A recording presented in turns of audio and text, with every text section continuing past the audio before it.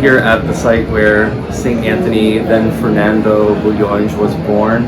I'm reminded of the beginnings of my own faith in New Bedford, Massachusetts, and how much my family instilled the faith in me, and very different people, campus ministers and priests who inspired me and who have moved me to where I am at this point in my life as a Franciscan. So I give thanks to God for all those memories and for those who have had an influence on my faith as I pray to St. Anthony here. For me, St. Anthony represents the openness to the will of God in our lives.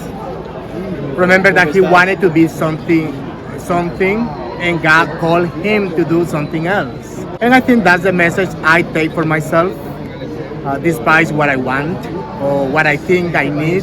As we're here at the site of St. Anthony and thinking about when he first encountered the faith, thinking about my own experience, which happened at an early age of about 6, with my grandfather, who was really the spiritual father figure of my life.